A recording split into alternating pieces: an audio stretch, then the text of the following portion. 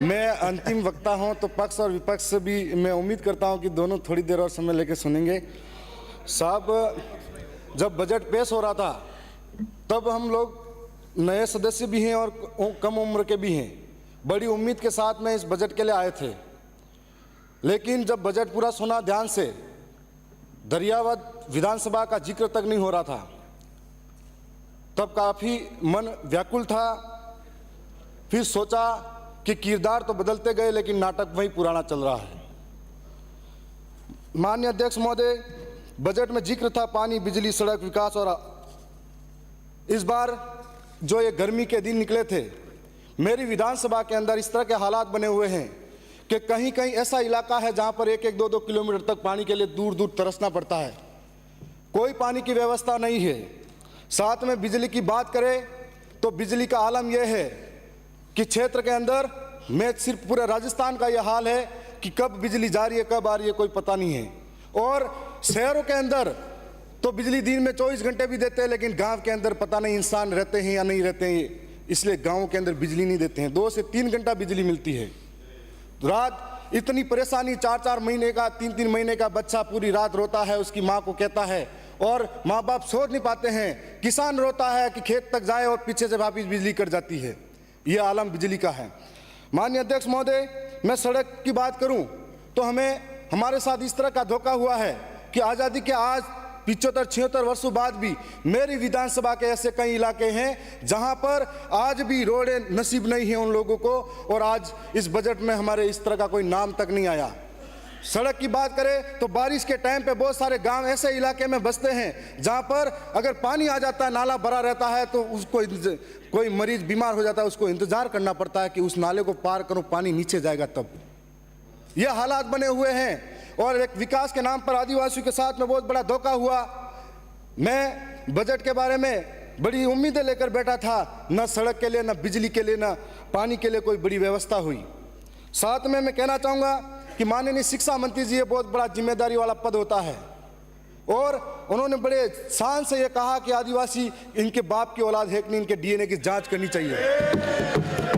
तब मैं ये कहना चाहूँगा, ये बजट का पार्ट नहीं। माननीय अध्यक्ष महोदय, बजट का पार्ट नहीं है। बजट पे बोलिए। मैं ये कहना चाहूँगा, माननीय साहब बजट पे बोलिए। मैं बजट पे ही आ रहा हूँ। ये बजट पे नहीं, आ जाइए, 3 मिनट ही है आपके पास। माननीय अध्यक्ष महोदय, मैं ये कहना चाहूँगा कि एक जिम्मेदारी वाले पद पर उनको आदिवासी अंचल के अंदर शिक्षा की व्यवस्था कैसी है, इस व्यवस्था की तरफ झांकना चाहिए था। हम लोगों ने मांग की थी कि 45-50 किलोमीटर दूर दूर तक मेरे भाई, मेरे जैसे नौजवान, मेरी बहनें जिनके लिए महाविद्यालय नहीं है उस क्षेत्र के अंदर 45-50 किलोमीटर दूर दूर तक महाविद्यालय के लिए जाना पड़ता है। एक महाविद्यालय है जिसके अंदर 80 सीटें हैं, उनको बढ़ाने के लिए मैंने पीजी के लिए बात रखी थी, नहीं कर पाए। और आज ये आलम है कि हम लोग आर्थिक रूप से सक्षम नहीं हैं। पढ़ने वाला नौजवान प्राइवेट स्कूलों की फीस भरने के लिए अहमदाबाद, बंबई, गुजरात तक मजदूरी करने जाता है। तो ऐसी स्थिति में हमने कॉलेज की मांग करी थी, बालिका महाविद्यालय की मांग करी थी, हमने नर्सिंग कॉलेज की मांग करी थी। हमारे क्षेत्र के अंदर किसान बहुत सारे हैं जिनके पास नॉलेज अच्छा है, लेकिन किसान कृषि महाविद्यालय नहीं है। आज इस क्षेत्र के अंदर हम लोग इसीलिए कहना चाहते हैं कि आदिवासी को गाली देना आसान है, लेकिन उनकी समस्या समझने को तैयार नहीं है। आदिवासी इलाके के अंदर आपने, सरकार ने 100 स्कूलें, कर्मोन्नत और 50 विद्यालय नए खोलने की बात कही है। मेरे वहाँ पर ऐसे कई महाविद्यालय हैं जिनकी स्थिति यह है कि जर्जर भवन हो रहे हैं। जिंदगी हाथ पे लेकर बच्चे स्कूल के अंदर बैठते हैं, कोई पेड़ के नीचे पढ़ाई कर रहा है। और इस स्थिति के अंदर हम ये सोचते हैं, उम्मीद थी कि इस बार नए स्कूल कर्मोन्नत भी होंगे और नए हमको भवन भी मिलेंगे। आज जो देश का निर्माण करने वाला बच्चा है, आने वाला भविष्य है, उसके लिए शिक्षा की कोई व्यवस्था नहीं है। इस तरीके से हमारे साथ बहुत बड़ा अन्याय और धोखा होता जा रहा है। अगर बजट सत्र के अंदर बहुत बड़ी उम्मीदें थी, और साथ में जो खाद बीज की बात किसानों के साथ की जाती है, अभी हाल ही में बीज दिया गया था। ऐसी स्थिति थी कि 30% लोगों को बीज बांटा गया, 70% को नहीं मिला, और आपस में गांव में लोग लड़ाते रह गए और जनप्रतिनिधियों के साथ गाली गलौज करने पे उतर गए।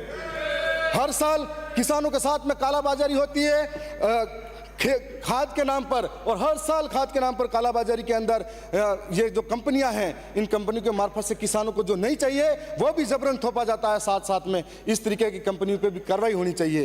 वीको पॉइंट और हमारे क्षेत्र के अंदर 2 बार किसानों ने बड़े आंदोलन इसी वजह से किए थे और कई किसानों पे मुकदमे हुए थे।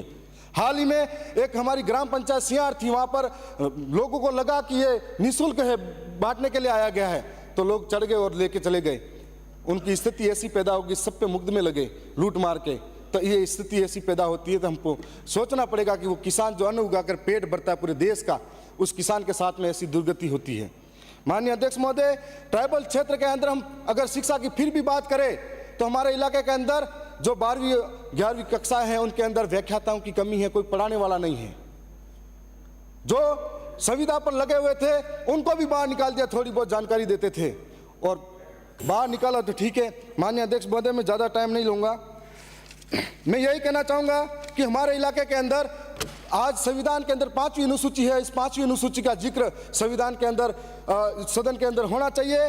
5वीं अनुसूची के अंतर्गत अनुच्छेद 244(1) क और 13(3) क के तहत न लोकसभा न ग्राम सभा सबसे ऊंची, न लोकसभा न विधानसभा सबसे ऊंची ग्राम सभा, ये उसके अंदर लिखा गया है, लेकिन आज उसका अनुपालन नहीं किया जाता है। बुकिया, जगपुरा और हमारे वहाँ पर अभी आमुलवा, राटड़ी, डगोचा, वहाँ पर सोने की खान यूं करके आदिवासी की जमीनें लूटने का कार्य किया जा रहा है। माननीय अध्यक्ष महोदय, मैं सबके लिए समान है। माननीय अध्यक्ष महोदय, मैं आपका संरक्षण चाहूंगा, 2 मिनट का और समय चाहिए मुझे।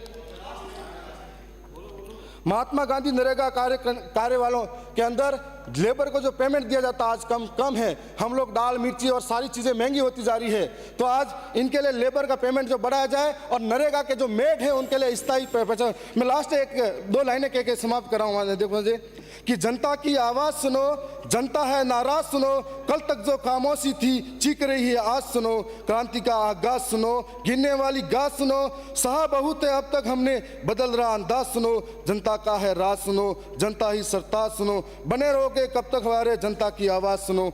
मैं इतना ही कहूँगा। मैं ये कहूँगा कि जब शिक्षा मंत्री डीएनए की बात करते हैं तो इस देश के अंदर हम ये कहना चाहेंगे, सदन की बैठक हम हमारे डीएनए सोमवार दिनांक 15 जुलाई 2024 के प्रातः 11 बजे तक के लिए स्थगित की जाती है।